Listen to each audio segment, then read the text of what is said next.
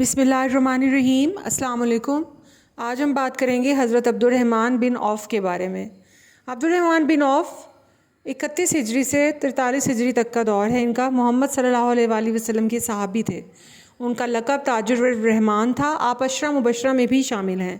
حضور اقدس صلی اللہ علیہ وآلہ وسلم کی ولادت مبارکہ سے 10 سال بعد خاندان قریش میں پیدا ہوئے۔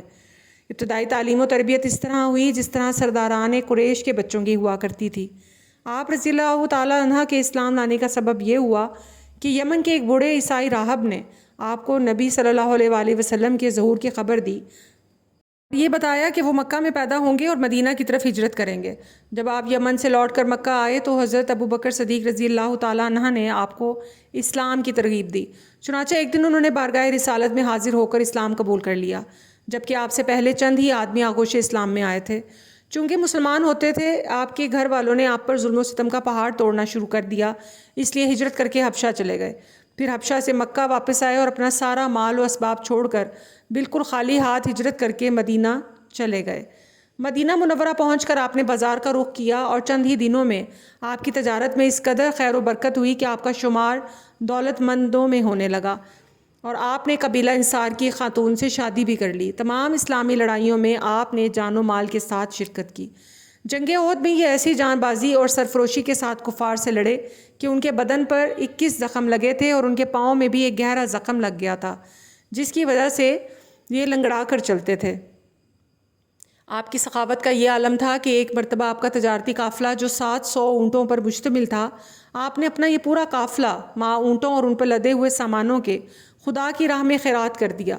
ایک مرتبہ حضور اکرم صلی اللہ علیہ وآلہ وسلم نے اپنے صحابہ رضی اللہ تعالیٰ عنہ کو صدقہ دینے کی ترغیب دی تو آپ رضی اللہ تعالیٰ عنہ نے 4000 درہم پیش کر دیے۔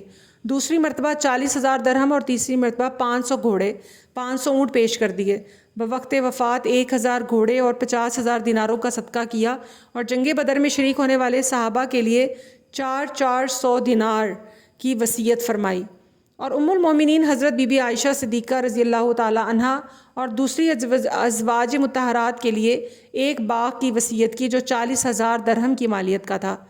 32 ہجری میں چند دن بیمار رہ کر 74 سال کی عمر میں وفات پائی اور مدینہ منورہ کے قبرستان جنت البقیع میں دفن ہوئے، اور ہمیشہ کے لیے سخاوت و شجاعت کا یہ آفتاب غروب ہو گیا۔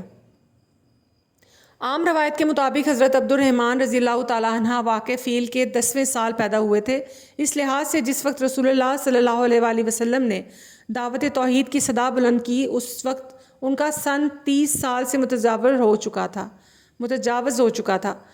فطری عفت و سلامت روی کے باعث شراب سے پہلے ہی تائب ہو چکے تھے۔ صدیق اکبر کی رہنمائی سے صراط مستقیم کی شاہراہ بھی نظر آ گئی اور بارگاہ نبوت میں حاضر ہو کر رہروان حق کے قافلے میں شامل ہو گئے۔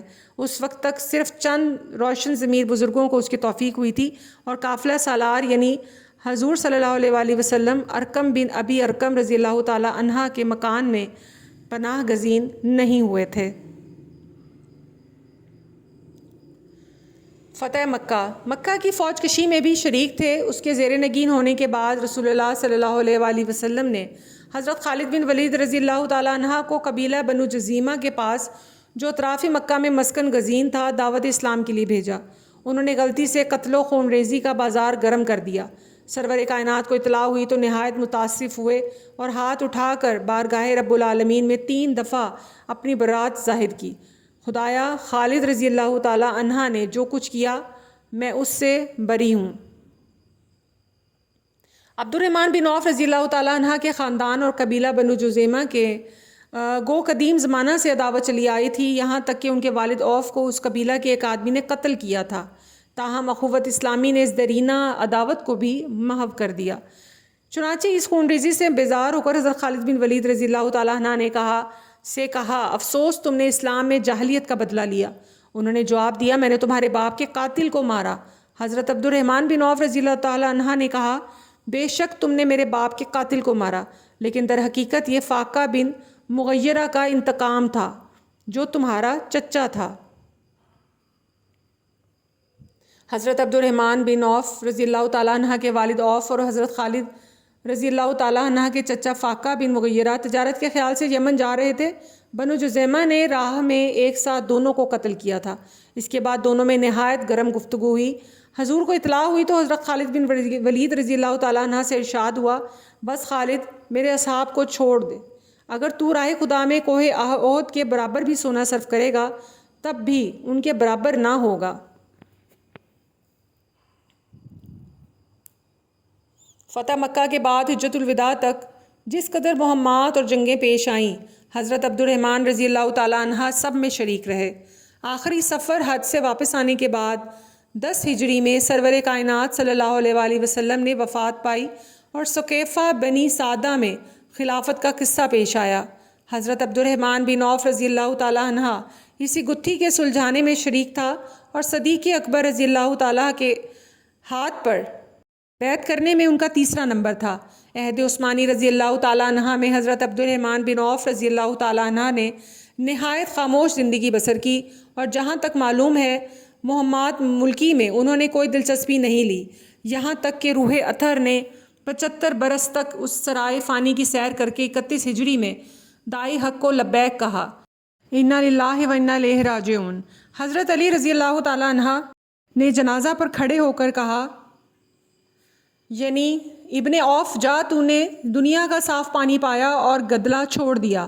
حضرت سعد بن ابی وقاص رضی اللہ تعالیٰ عنہ جنازہ اٹھانے والوں میں شریک تھے اور کہتے جاتے تھے، یعنی یہ پہاڑ بھی چل بسا۔ حضرت عثمان بن عفان نے نماز جنازہ پڑھائی اور جنت البقیع میں دفن کیا۔